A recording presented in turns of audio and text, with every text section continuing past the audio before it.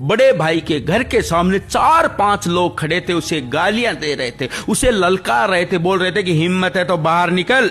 बड़े भाई की छोटे भाई से बोलचाल थी नहीं। छोटा भाई अपने घर के दरवाजे के सामने खड़ा खड़ा तमाशा देख रहा था और मन ही मन बहुत खुश हो रहा था कि बड़े अब पता चलेगा तुम्हें। इतने में छोटे भाई की पत्नी वहां पहुंची। उसने कहा कि आपके बड़े भाई को 4 लोग मिलके गालियां दे रहे हैं, उसे ललकार रहे हैं और आप यहाँ तमाशा देख रहे हो, आपको ये शोभा नहीं देता। उसने कहा कि कौन सा बड़ा भाई, ये तो मेरा दुश्मन है, मेरे तो बोलचाल ही नहीं है, इसके साथ में तो ऐसा ही होना चाहिए, हम भाइयों में तो लड़ाई है। पत्नी बोली कि हमारे खानदान में ऐसा नहीं होता, आप भाइयों में बेशक 1000 लड़ाई होगी, पर जब कोई सामने दूसरा आके भाई से लड़े तो दोनों भाइयों को एक होना चाहिए, ये है परिवार का नियम, हमारे खानदान में तो ऐसा ही होता है। अगर आप ऐसा नहीं करते तो आप एक कायर और बेकार इंसान हैं, आपको चूड़ियां पहन लेनी चाहिए। ऐसा कह के छोटे भाई की पत्नी ने लठ उठाया और बड़े भाई के साथ देने के लिए चल पड़ी। पत्नी को जाता देखा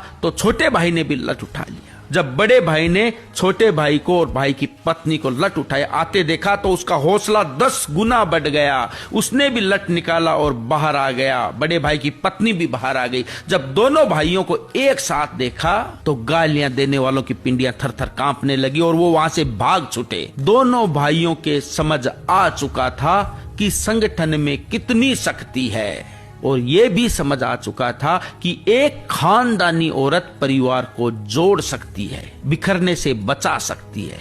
वही कोई बेकार खानदान की औरत हो तो परिवार को बिखेर सकती है। कैसा भी हो, मुसीबत में भाई को भाई की भुजा बनना चाहिए, ना कि मजे देखने वाला, तमाशा देखने वाला। यही है सच्चाई। कहते हैं ना कि गाय न्याणा की और बहू घराना की तो घर को स्वर्ग बना देती है।